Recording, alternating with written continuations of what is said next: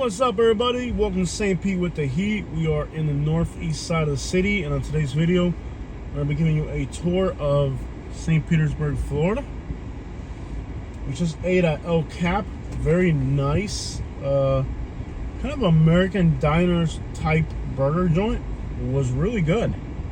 The food was great, but even better was the service. Now it is 91 degrees. That means I do have to run the air conditioner over the phone, which means that the audio on this video, you're going to hear the air conditioning running. There's no way I can not do that because it's so hot. If I didn't do that, the phone would just turn off in about 5 minutes from overheating. But this is what a typical house in St. Petersburg looks like. Very cute little houses like this. I think St. Petersburg has one of the nicest neighborhood, designs and architecture and all that. It's just a really nicely American city. I love coming to the city for the buildings. The houses here are gorgeous. Look at how beautiful this neighborhood is. Even the bad neighborhoods here in St. Pete have a really nice, beautiful vibe. But we're gonna drive right through the city and get going. I'm exhausted. I had an Uber ride to this area here. Not even sure why I took it.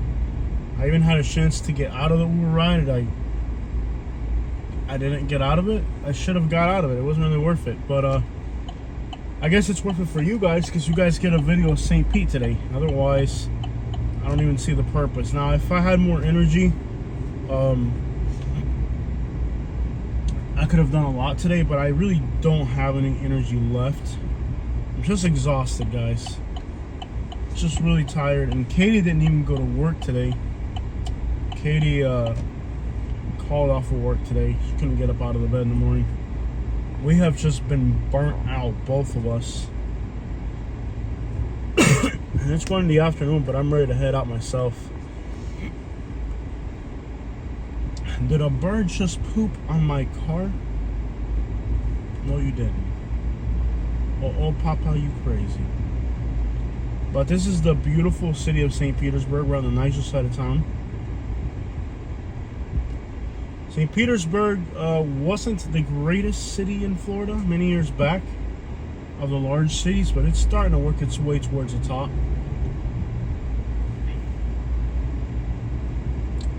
I think it deserves it. The city has beautiful homes, quaint neighborhoods. I mean, it almost feels like a small town, but it's a big city once you get into the residential areas like this.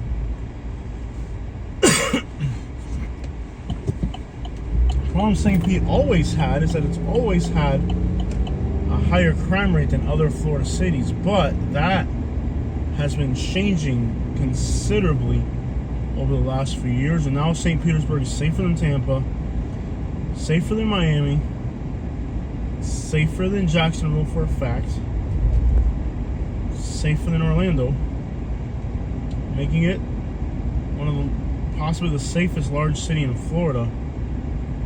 Now, there's still room for improvement. Not everything's perfect here, but it's come a long way from what it used to be in comparison to other cities in the state. And I think it's got a lot to offer. It's always had a lot to offer. It just hadn't really been appreciated. But like, what I love about these neighborhoods, it's like you see a lot of buildings from like 50s, 60s, 70s, maybe even older, commercial buildings, restaurants, and it just holds its got a good presence. It feels awesome. It's like a small town in charm, but it's a big city. It's great. But I'm exhausted myself. Katie's exhausted. We've been going really hard lately, both of us. We're trying to get back on our feet after some unfortunate stuff that's happened to us in the last year, and we are just burnt out. And look at these signs on both sides of the road. You see what I mean? Like, there's just a lot of substance to the place.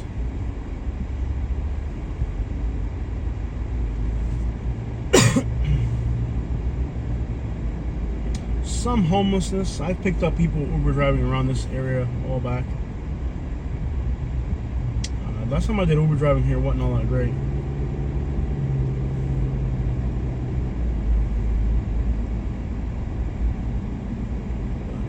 Nice vibe. I think the beaches here really, with this city having such great beaches, it never really made sense that it wasn't one of Florida's best cities. But, you know, Miami's beaches are not accessible. Tampa is far from its beaches. Orlando even further. Just a lot of things that would put this city in a position where it should be one of the best places in Florida. It's definitely getting there. Guatemala City. And just like any city this size, it's going to have its bad neighborhoods too, you know. It's not all great. There's a new building going in. Looks like it's going to be huge. Not sure how tall it's going to be. Is it going to be one of the taller buildings in the skyline or not?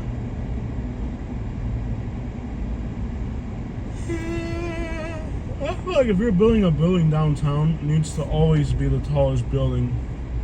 Este tipo se cambió de idea, sí. Quedó por aquí, se fue por allá. Now this city is kind of has less foreigners than other cities in Florida as well, but that's starting to change. A lot of Brazilians, Ukrainians, Cubans from South Florida. It's starting to change.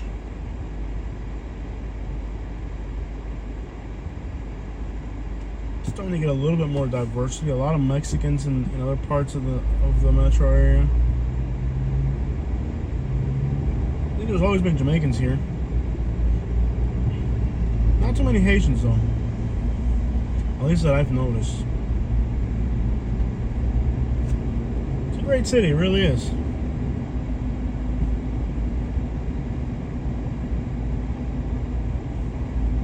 I think the gentrification is making it better. People say the gentrification's ruined. No, man, have building, man.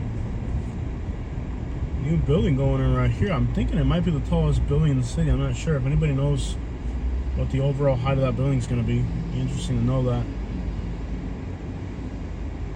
That's all it takes, you know. Like once you start getting a few skyscrapers going above the current skyline, then it's like a competition to see who can build the biggest, coolest building. Next thing you know, you're Nashville or Miami. Boom. And we're stuck in traffic for 4 hours. But I'll tell you, a lot of people complain about their cities growing. There is something you have to know about cities growing. In the United States of America, your city is either growing or it's dying. There is no middle ground in the United States. Like cities in Europe, for example, historically might grow at a very steady pace. In Europe, for example, if a city grows at a certain rate, that's the rate it grows at. And it'll do that for centuries. Pull this phone down before it blows up.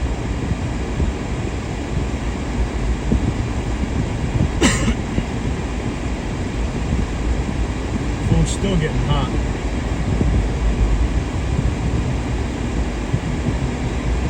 It's starting to cool down a little bit. It's still kind of hot.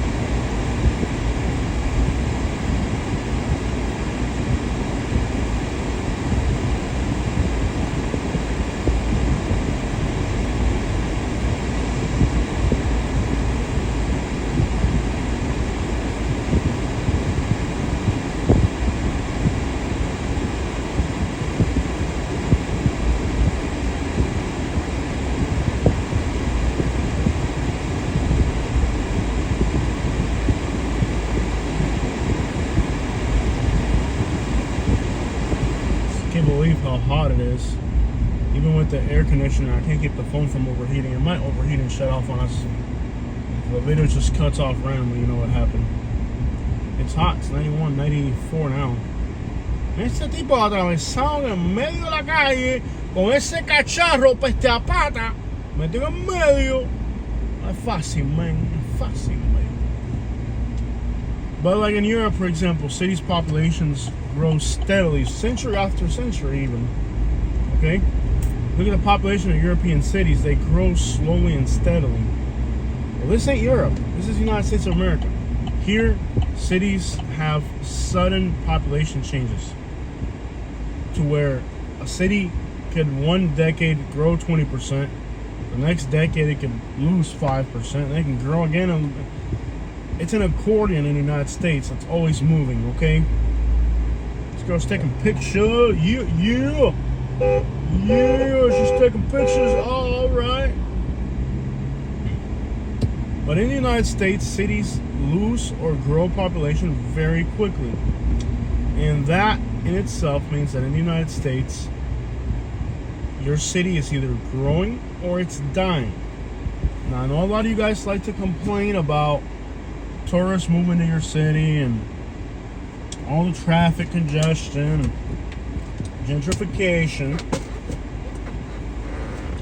You can be in the Rust Belt and watch your town go to crap, buildings fall apart, houses become abandoned, boarded up, graffitied out, and then finally burnt out when a homeless person starts a fire in it. Basically, the U.S. Rust Belt. Or you can grow. In the United States, there's not too many places where the population just grows like it would in a European city.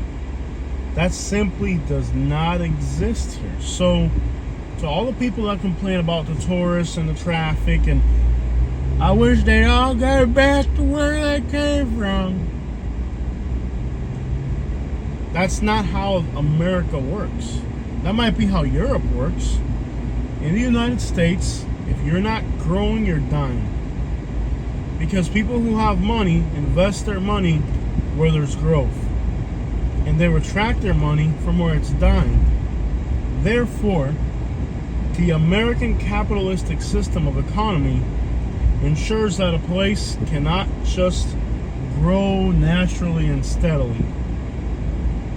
Even within a city, one area, maybe the outskirts, will be growing and booming, and the core of the city could be dying. Now, that's just how capitalism works. And that's how the United States builds things to last 20 or 40 years. When they build a house in Europe, the rents aren't even that high. Este tipo una bicicleta en el medio de la calle, no te come basura, se. Look at all these homeless people out here. Oh, this is like a whole homeless community by the side of the road there. And you should see how quickly this deteriorated, right? On that side of the city, it was all nice preserved buildings, and you cross over here and boom, homeless camps. I accidentally ended the video, so I'll have to edit it later. I pressed the wrong button. But we're back. But you see how quickly it went from, you know, a lot of growth and nice things, and now you're in a bad area. And that's really how capitalism works. You know, like in Europe, if you're buying real estate, the real estate's worth a lot more than it rents for. And that is because the value of real estate in Europe is really long-term value. So like, let's say you go to a European city, the prices of real estate over there are really higher, considerably higher prices of real estate, right? But the reason the real estate prices in Europe are higher is because in Europe, the value of that property isn't for 30 years. The value of that property is for 300 or 400 years. Where here in the United States, that notion doesn't even exist. I mean, unless you're talking about a place like San Francisco or maybe downtown Miami or just a specific place that because of its natural beauty, like Monterey or, you know, something outside, or, you know, the mountains out west, places that you know that's going to be there forever, then there is real estate value. But in general, within cities, in the United States, real estate is not that expensive versus what it actually rents for. And again, if you go to a European city, the real estate will be much more expensive, but if you're renting it, it's more affordable. Because that value isn't just a short-term value like here in the United States. It's a value of inherent value because of the fact that they build stuff to last 300 years. But they don't do that here in the United States.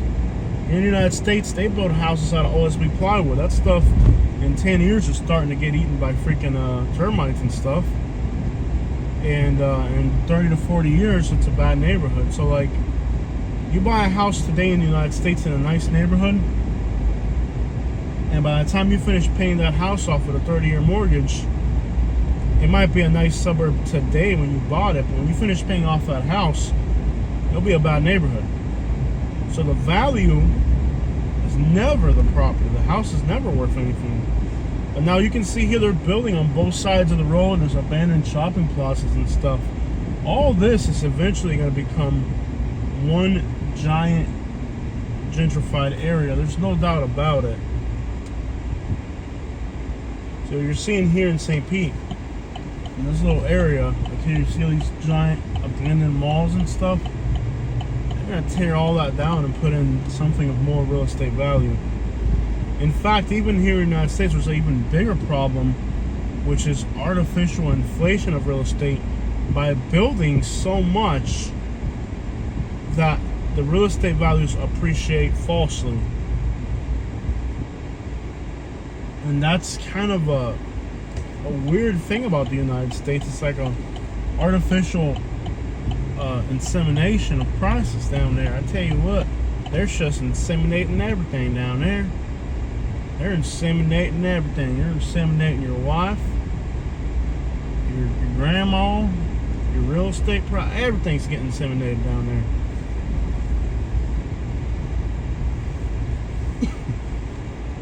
See a lot of building going on here. Now we're on the south side of the city. So with that situation of what things actually cost in the United States, and you have to understand that it's a place where like a city could grow, it could shrink, it could grow, shrink, grow over decades. But it's always doing one thing or the other. It's not like, okay, you can say Rome or in Madrid, these are cities that their populations just grow steadily and predictably over centuries. Nope. Not in the United States. It's not how it works here. So to all those people that say things like, you know, all this growth and there, dude, you're either going to watch the buildings rot or you're going to watch your city improve. You're not going to watch both of those things happen. It's either one or the other. So pick one. You don't get to pick it. But I'm saying, I feel like a lot of people in the United States are really mistaken about growth and development. A lot of people in the United States resent change and growth and gentrification in their home city, thinking that their city's changing or whatever. But the United States is not, nothing is built to last.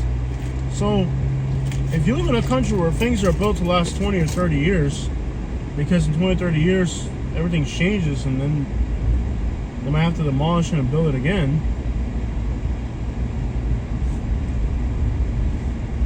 And it also speaks volumes of how weak the long-term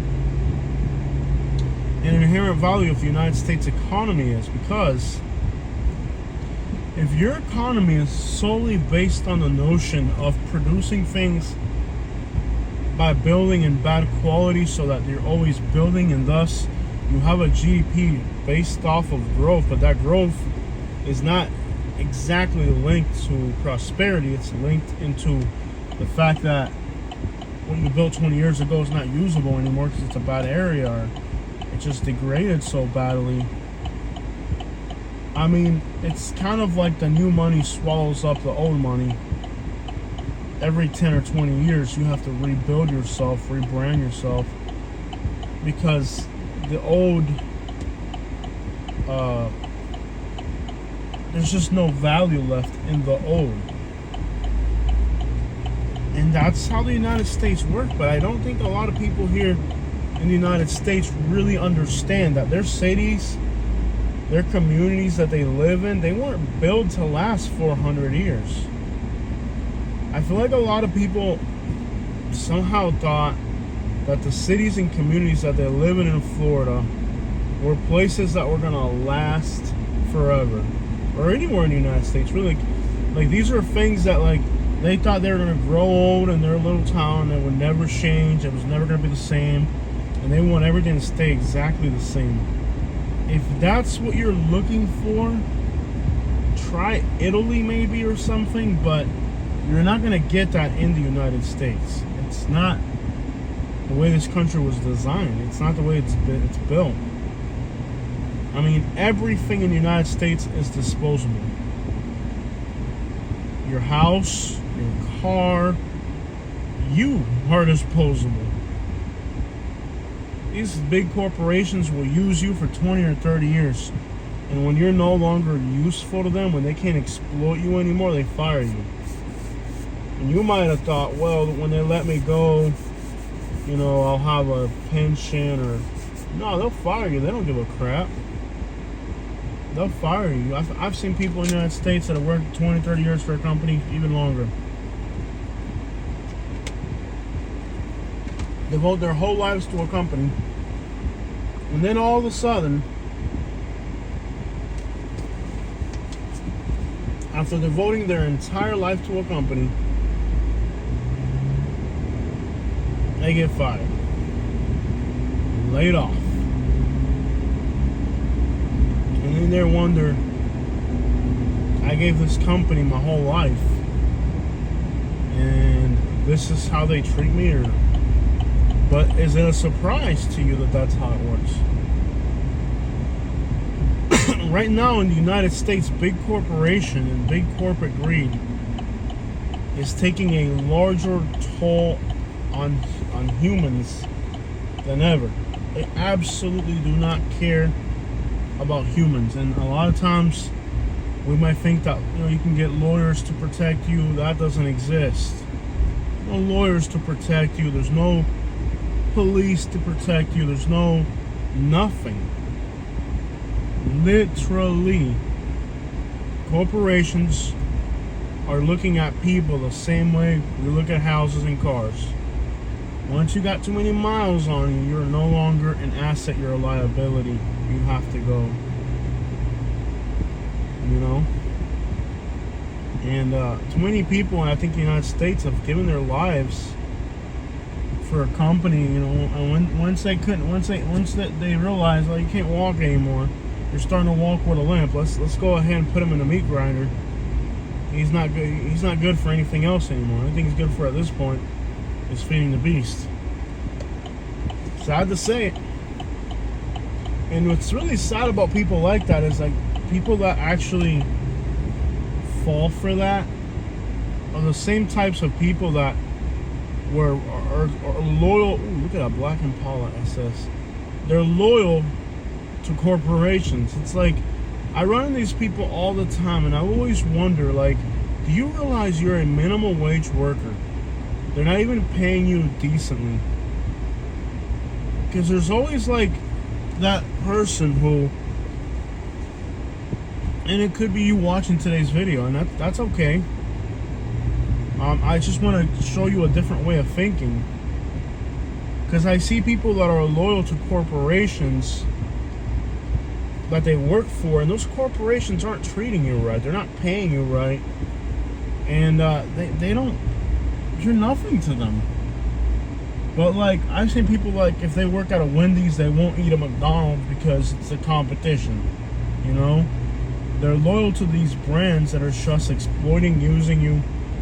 And even if you did remain loyal to that company for many years, and one day they change your manager, and the new manager doesn't like you, they'll fire you. Because one of the weirdest things I've seen about people that get put to that meat grinder in the American corporate system is that many times those people getting put to that meat grinder are people who, for some reason or another, were very loyal to these companies. Like if they worked at Kmart, they never shop at Walmart type thing, you know? As if the owner of that big store gave a crap where you did your shopping, you know? Or as if, I don't know, like as if you were being watched by your manager when you went shopping, you know?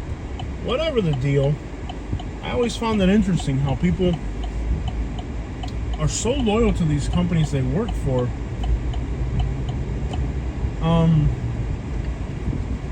And many times it might be like a Circle K gas station or something. It's not even a good job. But they're just inherently loyal to these companies that have absolutely no respect for you. You're nothing to them. The thing I love about St. Pete is the car show here, man. There's cars everywhere. I just seen an old school Mercedes-Benz, a black Impala, and over here a Chevelle. That's 3 cool cars. What is this guy doing, bro? Sorry, y'all. This car stopped. I guess he was on his phone or something.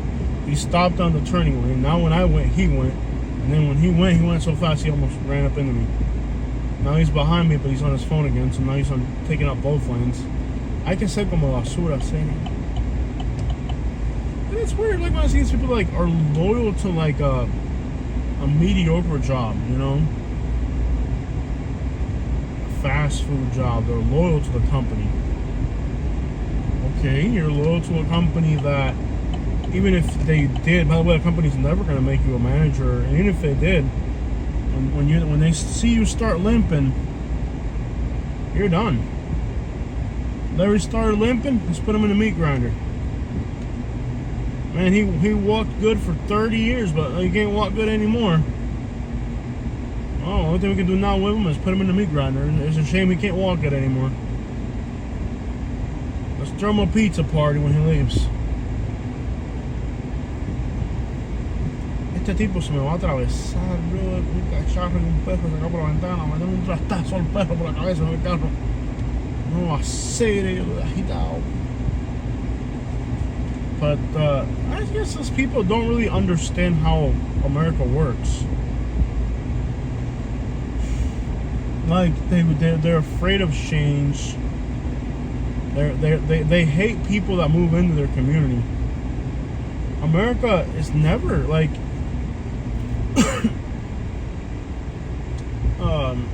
you know, they try to push out anybody who's an outsider.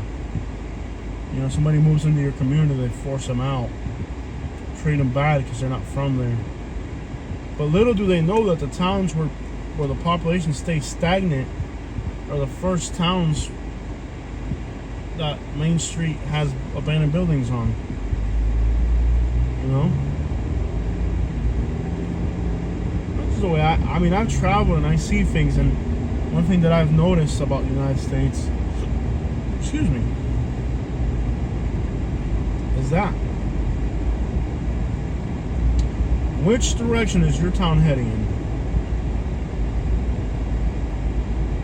You won't find too many other countries where the population fluctuates so much. You got one president, and he's like, we're gonna give illegals papers, and 4 years later you get another president. That president, we're gonna deport them all. And then while they're deporting them all, they vote in another guy 4 years later, because they used to be 8-year terms. Now they're not even doing that. Now they're not even running 8-year terms anymore. People are so indecisive. Now it's 4 years. Used to be presidents used to run their 8-year program and see what they would do. Not anymore. So now, even if it is an 8-year term, one president, we're going to allow immigrants to move in. 4 years later, no, we're going to get rid of them. We're going to get rid of them. They get rid of them. 4 years later, here's another president. Now we're going to bring them back. Bring them back. 4 years later again, now we're going to get rid of them again. Oh, they're going to go again now. They got to go. And it's the never-ending cycle of the American system. And then you got states now. You might have the federal government's like, welcome over, and the state might be like, stop them. But there's a constant fluctuation of population because policies are effective. The problem is that there's no coordinated effort between states. states are now almost competing against each other, if you think about it. Where states are taking measures where they can, if they can, like Florida's trying to dump all their homeless people on Georgia and the Carolinas and Tennessee.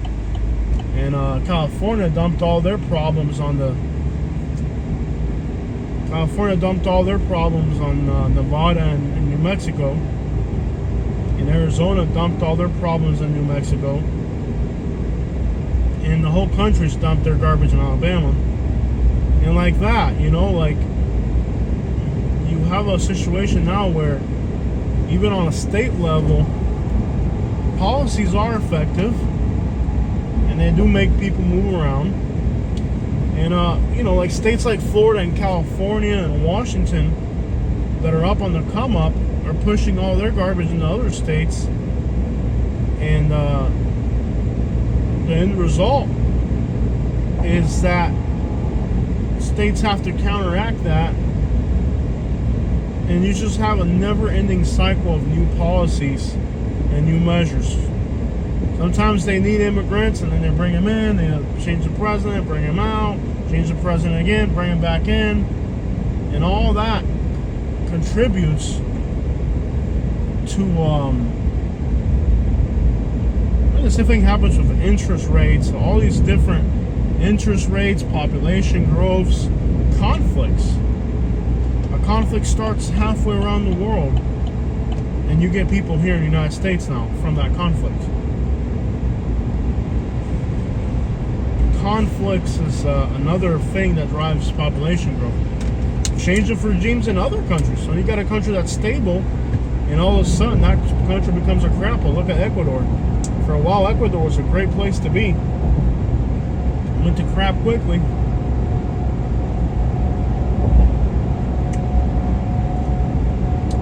And then you got the Salvador effect now. The Salvadorian government, they went after their criminals in a fairly barbaric fashion, no due process, and lowered their homicide rates tremendously. Not that the people there trust it's going to be a long-term thing. The Salvadorians are still skeptical about what the actual long-term implications of this thing's going to be. So it's not like the people in Salvador are 100%, you know, gonna just run with that and say, okay, things are better now. They're still skeptical. But that pushed all their criminals into Honduras. Crap, there's Salvadorian gangsters locked up in Dominican Republic right now. They just scattered all over the globe now. Venezuelans, the same problem. So even other countries' policies affect what happens in your country. And I feel like a lot of people fail to recognize that. Just saying, hello. So if you get one of those squatted trucks, do you charge them extra for having an invisible trailer? If you get a squatted truck, you seen those squatted trucks where they're leaning like that? They're hauling an invisible trailer. Oh, are they? Yeah, you ain't seen them? Where the back is squatted and the front's jacked up? That's because they're hauling an invisible trailer. You got to charge them. I don't think I've had it. Oh, you've seen them. Probably. If you see them where the back of the truck is like dropped and the front's like this, they're just squatted, you got to charge them for hauling an invisible trailer. Yeah, don't let them get away with the invisible trailer thing. Okay. All right, you charge them. Bless her heart.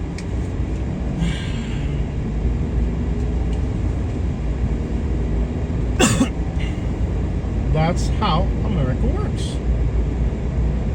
Don't like it, you can leave!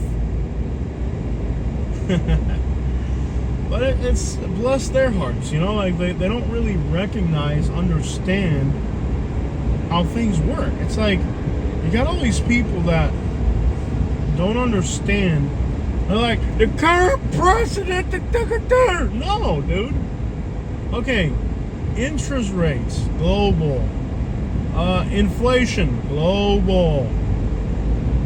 Fuel, global. Conflicts, global. has nothing to do with what the Americans have this thing where they believe like an administration's responsible for everything, or a governor, and something's going wrong, they pick too. Like, you know, if they don't like the governor, you have the federal, which is the government, you have the state, and then you have the city, right? Well, depending on the political party they don't like, they'll be like, well, it's the state's fault, or well, it's the federal government, or if it's the city. You'll have a situation where, like, let's say the federal and the city are the same party, but the state is a different party that they don't like, so they'll blame everything on the state, forgetting that there's a city and there's a federal. In other words, people today quite literally just believe whatever they want, blame and point fingers at whoever they want, but they don't understand how anything works. You got people that don't understand anything, yet they're heavily opinionated about all these things, and all they do is just, it's the federal government, it's the current administration. No. You can believe that if you want to. And let's suppose it is the current administration. Guess what? 4 years later, they're gone. Here's a new clown. Get rid of the blue clown, put in a red clown. We don't like the red clown, put a blue clown. Well, that didn't work, let's go back to a red clown. Well, that clown didn't work, let's get another one. Well, 4 years later, oh, we don't like that clown anymore. Let's get another clown. I like this clown. Let me put this clown's bumper sticker on my car over the clown from 4 years ago. I don't like this clown anymore. We got a new clown now, and this clown's really gonna play for the circus. There's a new clown now. People are just there's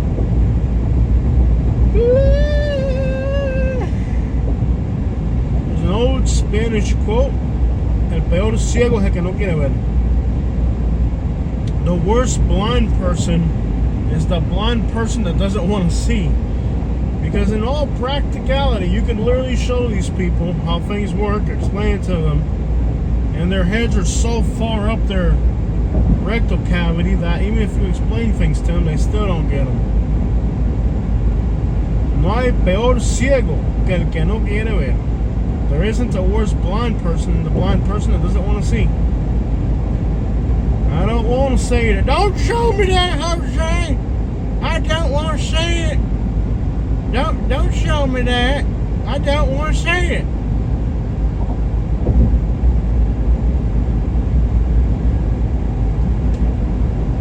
Yeah.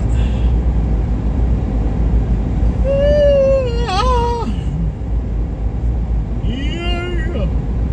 Some beat the bungo man. Water quality is water clarity. Water clarity is bad. It's windy. Have you guys noticed there's been smog lately? There's smog. If you look in the distance, that's actually smog down there. Okay, wait, get that smog down there. That's smog.